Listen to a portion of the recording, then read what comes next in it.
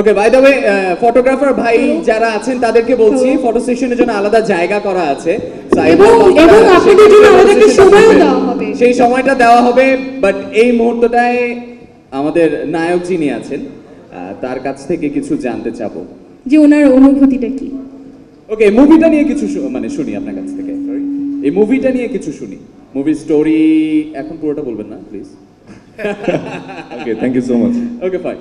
Actually, first of all, I'm too much excited because the biggest production house in Bangladesh, Jaj Multimedia মতো একটি production হাউসের মাধ্যমে আমার যাত্রা শুরু হতে যাচ্ছে। So I'm very much happy and I'm feeling very much high, very much lucky. রক্ত তো আসলে নাম শুনেই তো বুঝতে পারছেন রক্ত কি হবে, চারিদিকে শুধু রক্ত আর রক্ত। সো রক্ত মানে অ্যাকশন, নট অনলি অ্যাকশন, অ্যাকশনের মাঝে অনেক ভালোবাসা, অনেক রোমান্স, অনেক কিছুই আছে। সো রক্তে রঞ্জিত সবকিছু হয়ে যাবে, এভাবে আমাদের ছবির যাত্রা শুরু হবে। বাকিটুকু পুরোটাই সিক্রেট থাকলো সবার জন্য। Is a big surprise, is totally is going to be a different story, it will be too much entertaining. So আগে থেকে আমি সবাইকে আমন্ত্রণ জানাচ্ছি, প্লিজ মুভি শুটিং যদিও এখনো শুরু হয়নি, এই মুভিটা কিন্তু অবশ্যই মিস করবেন না।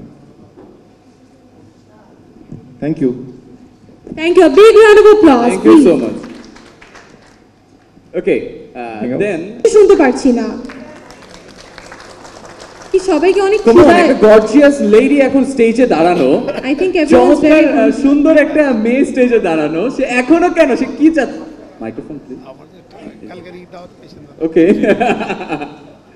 আজকে কি আমাদের ওকে, কোনো ফার্দার কোনো প্ল্যান আছে মুভিটা নিয়ে কিছু বলবেন এবং একটু শুভেচ্ছা বক্তব্য। জ্যাজের সাথে প্রথম কাজ, সো একটু কথা বলেন, তারপর বলে নেব আমরা যে জ্যাজের সাথে প্রথম কাজ করছেন, কিরকম লাগছে? আর জ্যাজ আর হচ্ছে মুভি আর কিছু আপাতত এই দুটো। মুভিটা সম্পর্কে আগে বলি।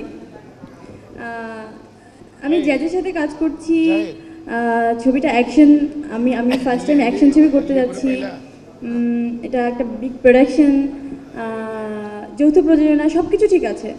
সব ফিলিংসের অনেক উপরের একটা ফিলিংস, মানে আমার দিক থেকে বলতে গেলে সেটা হচ্ছে আমি মালিক আফসারের ছবিতে কাজ করতে যাচ্ছি। তারপরে আসবো জ্যাজ, বিগ প্রোডাকশন। আমার তো সবারই তো মানে প্রত্যেকটা আর্টিস্টেরই একটা চাওয়া থাকে যে বড় বড় প্রোডাকশনের ছবিগুলো করবে, কাজগুলো করবে। তো আমিও আসলে এরকম একটা বিগ প্রোডাকশনের কাজ করতে যাচ্ছি। ভালো তো অবশ্যই লাগবে, আমারও ভালো লাগছে। আর এরকম সুন্দর একটা অ্যারেঞ্জমেন্ট, এটা আমার জন্য অনেক বড় কিছু। আর কি বলবো, রক্ত ছবি, রক্তের বিষয়টা হচ্ছে সবার অনেক টেনশন আছে, বিশেষ করে আজিজ স্যার, যে আমি তো অনেক নাজুক নাকি, পড়ে যাই ধাক্কা দিলেই। তো আমি কিভাবে মানে কীভাবে ফাইট, কীভাবে অ্যাকশন, এটা কীভাবে করব, খুব টেনশন আছে। তো এর মধ্যে আমার ডায়েট চলছে। 4-5 দিন পরেই দেখা গেল যে আমি অনেক প্রেশার লো হয়ে ঠুস করে মাথা ঘুরে পড়ে গেছি। এটা নিয়ে তো আরও মহা টেনশন। আমার ডিরেক্টর শুধু একটা কথাই বলছে যে আজিজ ভাই টেনশন করেন না, ছেড়ে দেন, আমি জানি তো কী হবে। তো আমার আসলে একমাত্র সাপোর্টটা হচ্ছে আমার ডিরেক্টর। আমি জানি না কি করব, বাট এটা আসলে আমি সম্পূর্ণ ডিরেক্টরের উপর ছেড়ে দিচ্ছি। আর এটা আমার আসলেই সত্যি একটা চ্যালেঞ্জিং কাজ। আর আমি এমন কোনো চ্যালেঞ্জ নেই না যেটা আমি পারি না, আমি সেই চ্যালেঞ্জটাকেই নিই যেটা আমি পারি। অ্যান্ড আমি জানি আমি রক্তে কী পারবো। আর সেটার জন্য তো একটু ওয়েট করতে হবে ছবি রিলিজ হওয়া পর্যন্ত। সো আমি এইটুকু বলতে পারি যে একটা ভালো কিছু হচ্ছে, যেটা আসলে 1000 বছর বেঁচে থাকবে ইনশাল্লাহ। আমার জন্য দোয়া করবেন। আর সবার সাপোর্ট, যারা সাংবাদিক ভাইয়েরা আছেন কষ্ট করে এখানে এসেছেন, সবার আসলে সাপোর্ট চাই। আপনাদের সাপোর্ট ছাড়া আসলে একটা ভালো কাজ আমরা যতটুকু পারবো, বাকিটা তো আপনাদের হাতে। আল্লাহ হাফেজ। ওকে, বিগ রাউন্ড অফ অ্যাপ্লজ। ওকে, আমাদের এই ছবি ডিরেক্টর মিস্টার মালিক আফসারি, উনি অ্যাকচুয়ালি ফোনে এখন অনেক বিজি, উনি বুঝলোই না যে ওনাকে মাত্র ডাকা হয়েছে, আপনাকে ডাকা হচ্ছে।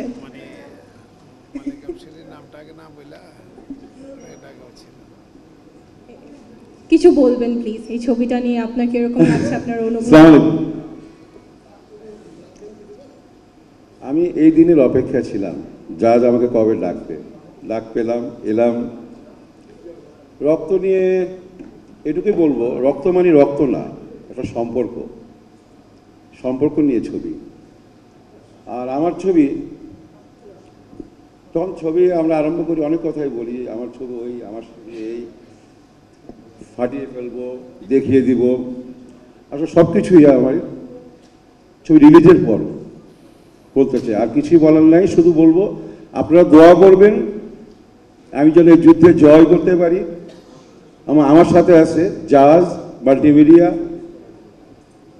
আমার আর কোনো ভয় নেই। আমার সাথে একটা শক্ত ইউনিট কাজ করছে এবং আমি এই যুদ্ধে জয় হইতে চাই। শুধু আপনাদের দোয়া চাই, আর কিচ্ছু বলার নাই আমার, আর বলতে পারিও না, আমি ক্ষমা করবেন। প্লিজ স্টেজে চাচ্ছি আপনাকে। A big round of applause for him, please. সবার কি এত খিদা লেগেছে যে হ্যাঁ, সবাই মনে হয় অনেক হাংরি। তালি সাউন্ডটা বাড়ছে না। আরেকটু জোরে, where is the energy? এই তো। আমার বক্তব্য খুব সীমিত, আশা করি বক্তব্যের পরে বড় হাততালি পাবো। প্রথমেই ধন্যবাদ জানাবো আমি জ্যাজ মাল্টিমিডিয়ার কর্ণধার জনাব আব্দুল আজিজকে, যার কারণে আজকে এই স্টেজে আমি এসেছি, আমার কৃতজ্ঞতা। এসকে মুভিজের পক্ষ থেকে মিস্টার অশোক ধানুকা বা হিমাংশু আজকে এখানে নেই, তাই একটা অনেক বড় চাপ আমার কাঁধে আছে। As the creative head of SK movies আমি ছোট কটা কথা বলবো। যৌথ প্রযোজনার হাত ধরে আরেকটা ছবি রক্ত, এর আগে আমরা অনেকগুলো ছবি করেছি এবং সেই সুবাদে দুই বাংলা এক ঝাঁক ভালো কলাকুশলী পেয়েছিলেন, ভালো ডিরেক্টরস, ভালো ক্যামেরাম্যান, অভিনেতা, মিউজিক। আবার আজকে আরেক ধাপ উঁচুতে আমরা এসেছি। আমরা আশা করছি এই ছবি অন্যান্য ছবির থেকে ছাপিয়ে যাবে, তার বিশেষ কারণ আমি নিজে ব্যক্তিগতভাবে এই ছবির পরিচালকের কাজের শৈলীটা দেখেছি। কোথাও আমার আত্মবিশ্বাস একটা ভালো ছবি উনি করতে চলেছেন। উনি বেশি কথা বলেননি, কিন্তু কাজের শুরুতেই আমি দেখেছি যে পথ ধরে উনি কাজটা করতে চাইছেন, এগোচ্ছেন, সেটা অনেক দৃপ্ত। আমি আশা রাখছি এই ছবি একটা ভালো ছবিতে তিনি রূপান্তর করবেন। দ্বিতীয়ত, এই ছবির যারা মুখ্য দুই অভিনেতা এবং অভিনেত্রী, আমাদের পরিমণি এবং রিক্ত, তাদের প্রতি আমরা এসকে মুভিজ এবং জ্যাজ মাল্টিমিডিয়া খুবই আশাবাদী। নতুন প্রজন্মের নতুন দুজন তারকা আশা করছি অনেক ভালো কাজ করে ছবিটার মান উত্তরণ করবেন। এখানে আজকে মিডিয়া এবং যারা এসেছেন বিভিন্ন কাগজের, বিভিন্ন চ্যানেলের, তাদের কাছে শুধুমাত্র অনুরোধ এটাই, ছবিটার অনেক বেশি করে আপনারা জনসাধারণের কাছে নিয়ে যাবেন। আমাদের প্রাপ্তি এটাই, দুই বাংলার অনেক বেশি সংখ্যক দর্শক ভালো ছবি দেখতে পাচ্ছেন এবং এই শিল্পের আদান প্রদান দুই দেশের বাংলার ছবির মানকে উন্নত করছে। তাই শেষ করব, বাংলার জয় হোক, বাংলার ছবির জয় হোক এবং বাংলা যে ছবি যেন পৃথিবীর মানচিত্রে আরও বেশি জনপ্রিয়তা পায়, তার জন্য আমরা দুই দেশের কলাকুশলী এবং অভিনেতারা কোমর বেঁধে এক কাজ করতে পারি, এইটুকুনি আশা রাখছি। অনেক ধন্যবাদ। Thank you sir, thank you so much. আচ্ছা, তো এখন স্টেজে আসবার জন্য বক্তব্য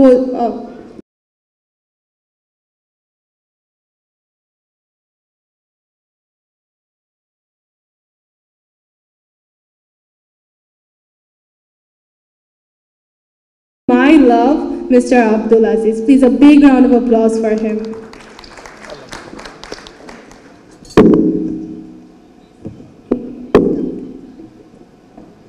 সবাই আসসালামু আলাইকুম। উপস্থিত, মাই লাভ বললো কেন? ওর নিশ্চয়ই নায়িকা হওয়ার ইচ্ছা আছে। আচ্ছা, সত্যি না, এই এই ফোকাসটা একটা বন্ধ করে দেন না, দেখতে পারতেছি না। Right, thank you. এই যে ভাই বক্তব্য দিচ্ছে, আমি ছবি তুলে ওদিকে, এদিকে ঘুরেন। ওকে, রাইট, সব ক্যামেরা আমার দিকে ঘুরলে তারপর আমি বক্তব্য আরম্ভ করবো। হ্যাঁ, ওই যে বন্ধ হয়েছে, ঠিক আছে, থ্যাংক ইউ। সব ক্যামেরা এখন আমার দিকে আছে। Thank you ladies and gentleman. এই আপনারা জানেন আমার হাত পা কাঁপে বক্তব্য দেওয়ার সময়, এখনো আগে বেশি কাঁপতে এখন কম কাঁপতেছে। আর রক্ত চলচ্চিত্রটা সম্বন্ধে নায়ক নায়িকা এবং ডিরেক্টর স্যার উনি সব বলে গেল। ওনার সাথে আমার এটা ফার্স্ট কাজ, ওনার সাথে আমার পরিচয়। আগে আরেকটা ছবি করার কথা ছিল, একটা বাচ্চার উপরে ছবিটা, তারপর ফাইনালি উনি স্ক্রিপ্টটা পছন্দ করলেন না, করা হয়নি। আবার আমরা একসাথে হইলাম রক্তটা করার জন্য। রক্তটা কেন বানাচ্ছি? রক্ত উনি বলে গেছে রক্ত একটা ফাইট ফর ব্লাড, মানে রক্তের জন্য যুদ্ধ। এটা রক্তের জন্য রক্ত, রক্ত মানে ভাই বোনের একটা রক্তের সম্পর্ক, বাবা মার রক্তের সম্পর্ক, প্রেমিক প্রেমিকার একটা সম্পর্ক থাকে, স্পেশালি পারিবারিক যে বন্ধন, স্ট্রং বন্ধন, সেই রক্তের জন্য যুদ্ধটাকে নিয়ে আমাদের ছবিটা হলো রক্ত। আর এই চলচ্চিত্রটা বাংলাদেশ এবং ইন্ডিয়া জয়েন্ট ভেঞ্চার করতেছি, কারণ এত বড় বাজেটের ছবি, যাদের ঘরে এটা সেকেন্ড বিগেস্ট বাজেটের ছবি হতে যাচ্ছে। আমাদের ঘরে সবচেয়ে বড় বাজেটের ছবি হলো ডুবের পরে ছিল অগ্নি 2, এটা অগ্নি 2-কে বিট করবে বাজেট দিক দিয়ে। ইনিশিয়ালি আমাদের বাজেট এই পর্যন্ত দাঁড়াচ্ছে 6,25,00,000 বাংলাদেশি টাকায়। আপনারা বলেন যে এটা বোগাস মারে, কীভাবে মারে? শুধু একটা আইটেম গানে আমাদের বাজেট আসছে 38 লাখ টাকা শুধু একটা আইটেম সকের জন্য, যেটা বোম্বেতে শুট হবে। আর এখানে ফাইট ডিরেকশন দেবে আমাদের অগ্নি 1 এবং অগ্নি 2 ছবির ফাইট ডিরেক্টর জাইকা, একটা বিশাল বাজেটের ব্যাপার। তারপর চেন্নাই থেকে আসবে, ডান্স কোরিওগ্রাফি করবে বোম্বে থেকে জয়েশ, সব মিলে একটা বাজেট। শুটিং হয় বাংলাদেশ, ভারত এবং থাইল্যান্ডে। আর এরপরেও তা বাজেটও কম হইতো, মালিক আফসারি মানে বাজেট বেশি। কারণটা কি আমি জানি না উনি বাজেটে, কারণ ওনার যখন বলি উনি চোখ বন্ধ করে গেলে শুনে আর মাথা একটু হাঁটা, এবং অনেকক্ষণ পর একটা কথা বলে তখন একটু ভয় লাগে বুকের ভিতরে, বাজেটটা কোথায় যা ঠেকবে। আচ্ছা, আমি এটা নিয়ে কিছু না বলে আমি চলচ্চিত্র নিয়ে, বাংলাদেশ চলচ্চিত্র অবস্থা নিয়ে কথা বলি।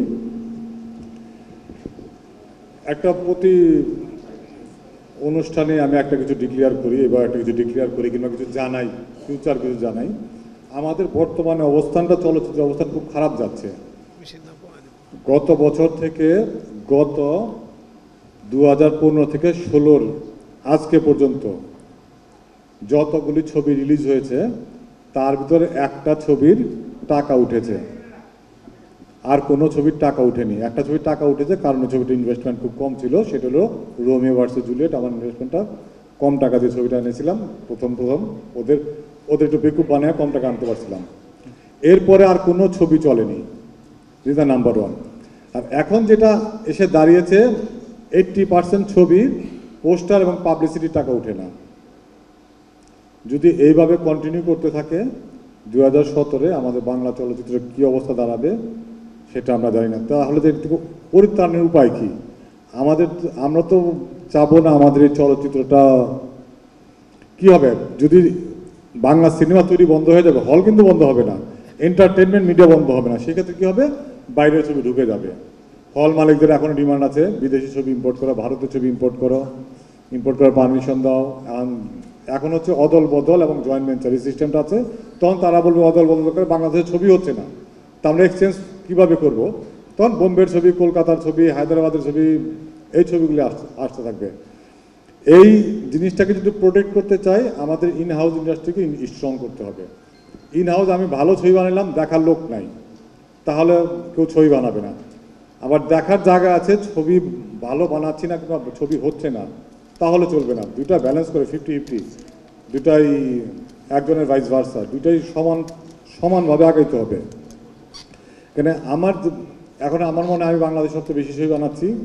ইন্ডাস্ট্রি যদি ভালো যায় আমি সবচেয়ে বেনিফিটেড হব, ইন্ডাস্ট্রি খারাপ গেলে আমারই সবচেয়ে বেশি ক্ষতি হবে। কারণ আমার বছরে আমার 3টা ছবি রানিং, এই একটা সাকিবের, একটা জিতের এবং একটা ডুব, এই 3টা ছবি শুটিং চলতেছে, এখন রানিং চলতেছে আজকে পর্যন্ত। এবং সামনের মাসে রক্ত, আর জাকির হোসেন রাজুর প্রেমী, এবং আরেকটা ছবি আমরা ডিক্লেয়ার করবো 2-1 দিনের ভিতরে, সেটা শুটিং হবে লন্ডনে, এবং বাংলাদেশের আরেকজন নায়ক নায়িকা লঞ্চ করব। এটা কেউ জানে না, আমি আর এই আজকের লোকটা জানি। আমরা 2 দিন যাবত প্ল্যানিং করতেছি, এখন ঘোষণা দিলাম আরও একটা ছবি লঞ্চিং আসতেছে। তো আমাদের এই চলচ্চিত্র থেকে, এই চলচ্চিত্রের এই দুরবস্থা থেকে পরিত্রাণের উপায় আমরা জাজ কিংবা আমি কত হল মালিকদের সাথে, অনেক প্রডিউসারদের সাথে বসলাম, বসার পরে কি করা যায়। সবাই বলতেছে, অনেকদিন যাবৎ আমাকে বলে আসে জাজ 12,000 টাকা করে নেয় পার হল, পার এনকোডিং করার জন্য। এটা খুব বেশি। কিছু কিছু হল আছে তারা বলে, এবং আমিও জানি, আমার ক্ষেত্রেও তাই হয়, তারা পায় 20,000 টাকা কিংবা ফিক্সডে 20,000 30,000 টাকা দেয়। সেখানে যদি জাজ দেয় 12,000 টাকা, পোস্টার পাবলিসিটিতে যায় 5,000 টাকা, 3,000 টাকা, অথবা 3,000 টাকা যায়, এবং রিপ্রেজেন্টেটিভ একটা পাঠাইতে হয়। সেখানে যে আমাদের অ্যাবাউট 2,000 থেকে 3,000 টাকা, 3,000 3,000 6,000 12,000 18,000 টাকা ওর খরচ, আর ছবিটা বিক্রি করে 20,000 টাকা, লাস্টে থাকে 2,000 টাকা। 2,000 টাকার জন্য প্রডিউসার কোনো ছবি কোনো হলে দিতে চাবে না। এটার একটা পরিত্রাণ দরকার, কিংবা এটার থেকে ওভারকাম করার একটা ওয়ে খুঁজে বের করা দরকার। আবার আমি যদি খুব কম দামে বিনা পয়সা দিতে পারি না, জাজ না, এটা আলাদা একটা প্রতিষ্ঠান, তার নাম হলো জেএক্সডি, জাজ এক্সট্রিম ডিজিটাল। সেখান থেকেও সেই কোম্পানিটা চলার জন্য তার আন্ডারে 135 জন লোক কাজ করে, যার কারো বেতন আছে 1 লাখ টাকা, কারো বেতন আছে 10,000 টাকা। সবাই এই 135 জনের ভিতরে 130 জন হলো ডিপ্লোমা ইঞ্জিনিয়ার বা ইঞ্জিনিয়ার, ফুল ফ্লেজ ইঞ্জিনিয়ার। একটা মাসিক বিশাল বেতন আসে। ওইটার এস্টাবলিশমেন্ট কস্ট আছে প্রায় 40 লাখ টাকা পার মান্থ। তাহলে ওই প্রতিষ্ঠান যদি বন্ধ হয়ে যায়, তাহলে আর তো কোনো প্রতিষ্ঠান নাই যারা পেনড্রাইভ ছাড়া ছবি দিতেছে। পেনড্রাইভ কোনো সিস্টেম না, পৃথিবীর কোথাও নাই পেনড্রাইভে ছবি চলে। যে ছবিটা পেনড্রাইভে যাচ্ছে, 2 দিন পর সেটা পাইরিস হয়ে, এই গত সপ্তাহে যে ছবি রিলিজ হচ্ছে সেটা সিরি বেরোচ্ছে, ডিউ টু পেনড্রাইভে ছবি যাওয়া আসা করতেছে। বাট যাদের ছবি হচ্ছে না কেন, সবাই বলে যাদের ছবি পাইরিস হয় না। ভাই আপনারা কি করেন? আমরা কিছুই করি না, ভেরি সিম্পল। আমরা এনকোডেড ছাড়া কোনো ছবি কোথাও দেই না। আমার সিনেমা, আমার একটা অ্যাসেট, আমার অগ্নি 2, অগ্নি 1, আমার এখন টিভি গত ঈদে আমার 10 লাখ টাকা অফার করছে বিক্রি করার জন্য, জানালে একবার দেখাবে, আমি দেইনি। কারণ আমি মনে করি আমার সম্পদ, একটা অ্যাসেট। আমি একটা বাড়ি করছি, এই বাড়িটা আমার অ্যাসেট, এই সিনেমাটা আমার অ্যাসেট, আমার ভবিষ্যৎ বংশধররা এটা এনজয় করবে। সো আমি যদি এখনই সিটিতে বের হয়ে যায়, এই অ্যাসেট থাকে না, এটা অ্যাসেটের ভ্যালুটা অনেক কমে যায়। সো এই জিনিসটা আমাদের প্রোটেক্ট করতে হবে। যাদের ছবি পাইরেসি হচ্ছে না, ডিউ টু আমরা এনকোডিং সিস্টেমে যাচ্ছি, তাহলে আমরা 12,000 টাকা নিচ্ছি। তো সবাই বলা বেশি নিচ্ছি না, বেশি না। আপনারা খেয়াল করে আপনি কলকাতা যান, কলকাতা পার স্ক্রিনিং মানে পার হলে এনকোডিং ফি নেয় 18,000 রুপি। এটা ইউ কিউব এবং ইউ4 দুজনে 18,000 রুপি নিত। তারপর এইখানে অ্যাসকের সাথে অ্যাসকে বললাম, তোমরা এই সিস্টেমটা আমি জাজে যেভাবে বসেছি তোমরা ইন্ডিয়াতে বসানো আরম্ভ করো। তারপর দুজন আমার কিছু সফটওয়্যার ছিল তাদের দিলাম, এবং মিলে একটা নতুন কিছু তৈরি করে আমরা কলকাতাও এই জাজের এই ফর্মুলাটাই অ্যাপ্লাই করলাম কলকাতাতে মার্কেটে। আমরা কলকাতাতে ইনভেস্ট করলাম কিছু। এখানে কলকাতা আমরা নেওয়া করলাম 9,000 রুপি পার হল। এখন কলকাতায় আমাদের 100 সিনেমা হল অলরেডি বসে গেছে, প্রায় 300 সিনেমা হলের ভিতরে 100 সিনেমা হল আমাদের সিস্টেমে চলতেছে কলকাতাতে। আর বাংলাদেশে চলতেছে 120টার মতো হল, ওই সাউন্ড সিস্টেম সহ, এবং কিংবা লুজ মেশিন যেটা বলে আমরা অনলি সার্ভার দিয়ে 120-30টার মতো হল চলতেছে। কিন্তু হল আছে 250-র মতো এখন। আমি যখন ভালোবাসার রং তৈরি করি তখন হল ছিল 335টা, এখন আসছে 250, দিন কমতেছে। এই 120-25টা হল আছে আপনার সার্ভারের মাধ্যমে চলতেছে, আর বাকি হলগুলো পেন ড্রাইভে চলতেছে, চলে না, বন্ধ হয় না। তো আমি বিশ্বাস করি, কিংবা আমি এবং বিভিন্ন হল মালিক এবং এক্সিবিটর, ডিস্ট্রিবিউটর, প্রডিউসার এবং বুকিং এজেন্টের সাথে মিলে অনেকের সাথে আমি ইন্ডিভিজুয়ালি আলাপ করার পরে তো চিন্তা করলাম দামটা কমানো উচিত। তা আমি আমাদের যে এটা কমাবে কে, আমি আমার 12,000 রেটটা ফাইনাল করা হয়েছে বাংলাদেশ প্রযোজক সমিতির সাথে অ্যাগ্রিমেন্টের মাধ্যমে। আমি এই রেটটা ফাইনাল করছি। যদি আমি এই রেটটা চেঞ্জ করি, I must be recontract with them again, মানে অ্যাসোসিয়েশনের সাথে আমাকে আবার নতুন করে কন্ট্যাক্ট করতে হবে। সো আমি যখন অ্যাসোসিয়েশনের সাথে বসলাম, সেখানে আমার দামটা আমিও কমানোর ইচ্ছা নিয়ে এখানে মিটিংয়ে বসলাম। কিন্তু ওনাদের অ্যাটিটিউডটা যেভাবে প্রকাশ করলো, তাতে মনে হইলো যে ওনারা চায় না আমি দামটা কমাই। যারা প্রাক্তন নেতা ছিল তারাই চায় না আমি দামটা কমাই। আমি আশ্চর্য হলাম, আমি মিটিংতে আয়সা বললাম, মিটিংটা হলো পণ্ড হয়ে গেলো, আমি আয়সা বললাম। তা আমি ভাবলাম কেন তারা চায় না। আসলে পরে যেটা আমি বুঝতে পারলাম, আমি নিজে নিজে অনুভব করলাম এবং আমি দু একজনের সাথে আলাপ করলাম, যারা চায় না কমাক তারা গত 10 বছরে কিংবা 5 বছরে কোনো সিনেমা তৈরি করেনি। রেট বাড়লেও ওদের কোনো লস নাই, রেট কমলেও ওনাদের কোনো লাভ নাই। এখন যদি রেটটা 12,000 থাকে, ওনারা বিভিন্ন মানুষকে বলতে পারে যা নিয়ে যাচ্ছে, যা সব টাকা নিয়ে যাচ্ছে বা যা 12,000 নিচ্ছে, এইটা বলে ওনাদের নেতৃত্বটা ওনারা ঠিক রাখতে পারতেছে। ওনারা বিভিন্ন প্রডিউসার কাছে, ওনাদের কোনো কাজ নেই, এখন কোনো চলচ্চিত্র তৈরি করে না, সিনেমা বানায় না, আসে বসে এবং মানুষকে বলতে পারে যা সব শেষ করে ফেললো।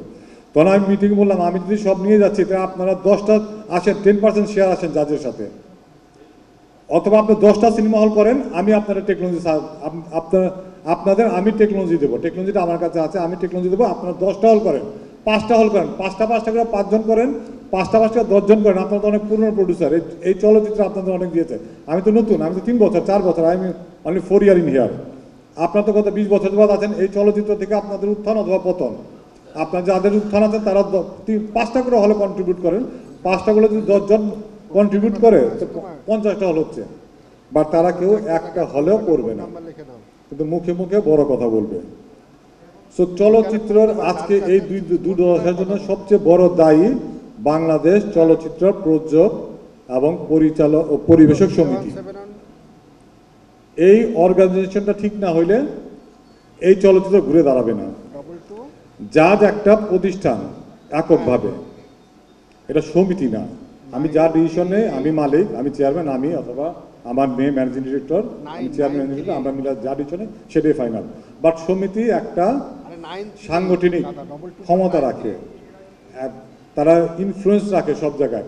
একটা সমিতি অর্ডার করতে পারে একটা হলকে, তুমি তোমার এই হলের এই সমস্যা তুমি এটা দূর করো। একটা সমিতি একটা পরিচালক সমিতিকে বলতে পারে, কিন্তু আমি বলতে পারি না একটা সমিতিকে। শিল্পী সমিতিকে তাদের সমস্যার কথা বলতে পারে, প্রযোজকের সমস্যার কথা বলতে পারে। একটা প্রযোজকের সমস্যার সমাধান করবে সমিতি, আমি না। আমি একজন প্রযোজক, আমারও অনেক সমস্যা আছে, আমারও অনেক সমস্যা তৈরি হচ্ছে, অনেক ধরনের সমস্যা ফেস করতেছি। এই জন্য সমিতি দরকার। আমি মনে করি সমিতি বলেই